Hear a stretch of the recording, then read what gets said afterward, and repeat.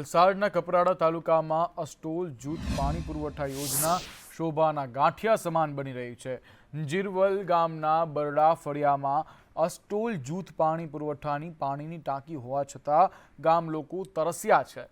તો બીજી તરફ 3 થી 4 જેટલા ફળિયા વચ્ચે એકમાત્ર જ કૂવો છે, જેનું પાણી ઉનાળામાં સુકાઈ જતા હવે કૂવાનું પાણી દૂષિત થઈ ગયું છે, જે પાણી પીવા માટે ગામ લોકો મજબૂર બન્યા છે।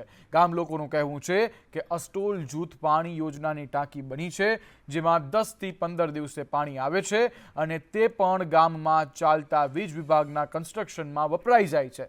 વીજ વિભાગના કોન્ટ્રાક્ટરો ગામ લોકોને આ પાણી વાપરવા દેતા ના હોવાનો ગામ લોકોએ આક્ષેપ કર્યો છે। જ્યારે હાલ તો ભર ઉનાળે પાણીની સમસ્યાથી ત્રાહિમામ પોકારી ઉઠ્યા છે ગ્રામજનો, અને આ ગ્રામજનોએ જિલ્લાના વહીવટીતંત્ર અને સરકારને પીવાના પાણી માટે ગુહાર લગાવી છે।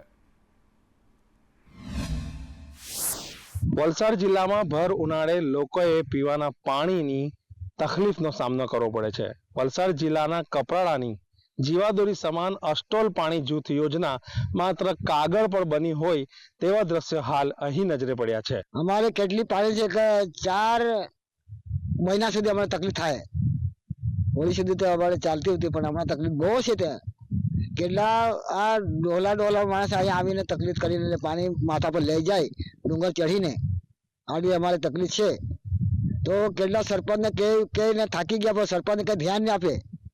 અમારા બાજુ નળ 2 ફળિયા એવા ઘર છે, જેમાં 10-15 ઘર જેવા છે, તેમાં હજુ સુધી નળ કનેક્શન જ નથી આવ્યું ને ચકલી પણ નહીં લગાવેલી, કંઈ નહીં। વરસાદનું પાણી આવે તે જ અમે તો પેલો વાસમા વાળો ટાંકી બાંધી આપેલી, તેમાં સંગ્રહ કરીને તે ફિલ્ટર થાય પછી તે પી લઈએ। ટાંકીની અંદર 10 થી 15 દિવસમાં પાણી આવે, એ પણ ફળિયાવાળાને પાણી મળતું નથી।